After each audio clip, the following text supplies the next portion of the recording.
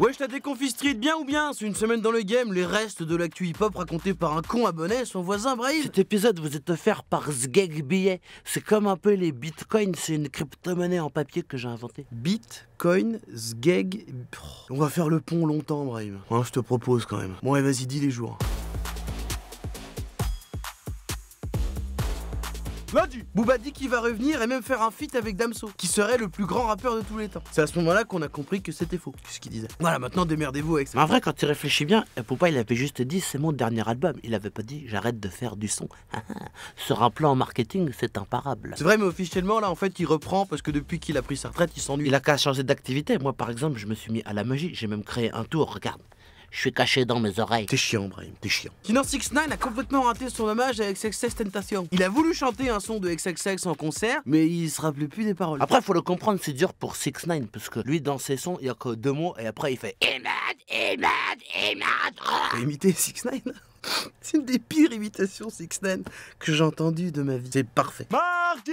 Et bah voilà autre chose, Jay-Z dit qu'il assume plus complètement aujourd'hui les paroles haute saucisse de son tube interplanétaire Big Pimpin. Par contre, il est ok avec sa nouvelle coiffure de punk caché un rennais. C'est pas très cohérent. Exact. Sinon, Didi a dit qu'il a officiellement encore changé de nom. Maintenant, il faut l'appeler Love. Ok, non, on sent Turbo Balek. Mais pourquoi tu parles que des trucs de vieux aussi, toi? D'accord, tu veux de la news connectée? Je te le dis, SCH arrive sur TikTok. J'arrive sur TikTok, on va faire le cirque les amis.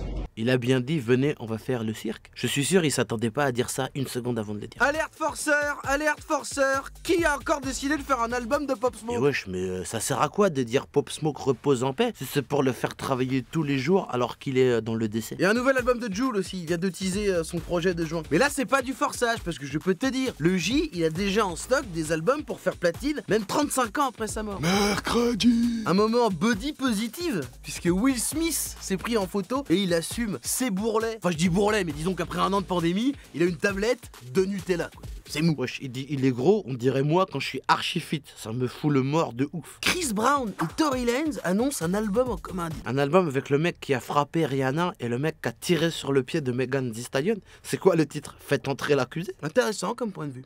En parlant d'accusé, tiens, Ademo a été blanchi dans son affaire d'outrage à agent. Rien n'a été retenu contre lui, il a été relaxé. J'ai envie de faire une vanne sur le mot relaxé, mais j'en ai pas. Alors je vais te donner un fun fact. Est-ce que tu savais que le mot goyave, en réalité, se prononçait goyave, comme le mot voyage? Quoi? Goyave?